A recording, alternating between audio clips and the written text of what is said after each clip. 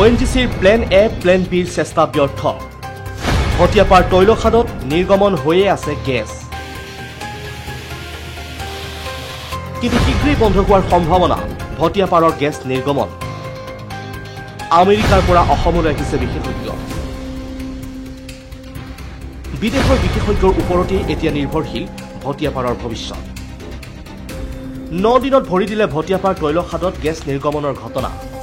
এই গেছ নিৰ্গমনৰ ফলতে এজনৰ হৈছে মৃত্যু ONGC কৰ্তৃপক্ষৰ অহৰহ চেষ্টাৰ পাছতো নিয়ন্ত্ৰণলৈ অহা নাই গেছ নিৰ্গমন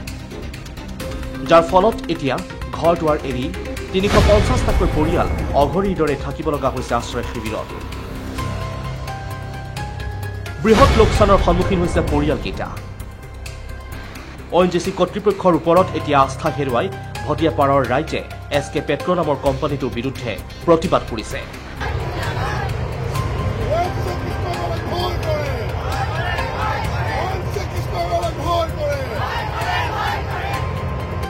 কিন্তু তাৰ মাজতে সংবাদমেলত মুখ্যমন্ত্ৰীয়ে কৰিলে ঘোষণা ONGC কৰ্তৃপক্ষক সহায়ৰ বাবে উপস্থিত বিদেশৰ বিশেষজ্ঞ ONGC আজি ৰাতিপুৱা আমাক জনাইছে যে তেওঁলোকে প্লেন এ আৰু প্লেন বিৰ জৰিয়তে এই গ্যাস ওয়েলটো তেওঁলোকে মেনেজ কৰিব নোৱাৰে আৰু দুইবাৰ চেষ্টা কৰিও তেখেতসকল বিফল হ'ল সেইবাবে এতিয়া ONGCয়ে গুটেই গ্যাস ওয়েলটো বা যেটো ক্ৰুড ওয়েল আছিল বা যাৰ পৰা হাইড্ৰকাৰ্বন ওলাই আছিল সেই গুটেই ওয়েলটো ক্যাপিং কৰাৰ বাবে সিদ্ধান্ত লৈছে আৰু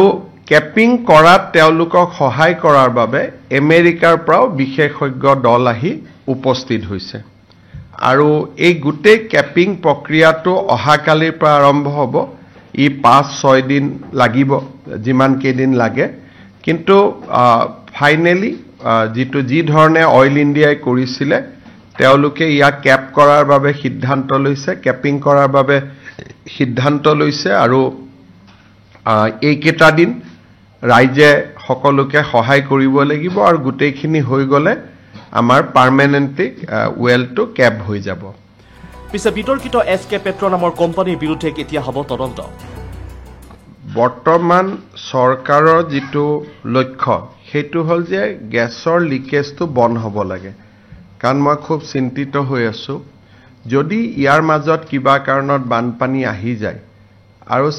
হে গুটেই ওয়েলটো নদী এখনৰ পাৰত বা মথাউৰিৰ পাৰত যদি কিবা কাৰণত ডাঙৰ বানপানী আহি যায় এই সময়ছোৱাত তেতিয়ালে পৰিবেশটো ভয়াবহ ৰূপ লৈ ল'ব সেইকাৰণে আমাৰ বৰ্তমান গুটেই চিন্তাটো হৈছে যে যিকোনো প্ৰকাৰে লিকেজটো বন্ধ কৰিব লাগে জীৱন আৰু সম্পত্তিৰ নিৰাপত্তা সুনিশ্চিত কৰিব লাগে আৰু পৰৱৰ্তী সময়ত এটো কাৰ কাৰণে হৈছে কি কাৰণে হৈছে বা কোন ইয়াত জড়িত আছে সেই কথাখিনি আমি পৰৱৰ্তী সময়তো অনুসন্ধান বা আমি তদন্ত কৰিব পাৰিম এতিয়া অনবৰতে আতংকৰ মাজতে জীৱন কটাবলগীয়া হৈছে ৰাইজে পিছে বিদেশৰ পৰা অহা বিশেষজ্ঞই ৰক্ষা কৰিব পাৰিবনে ভটিয়াপাৰবাসীৰ জীৱন news desk report India today north east Assam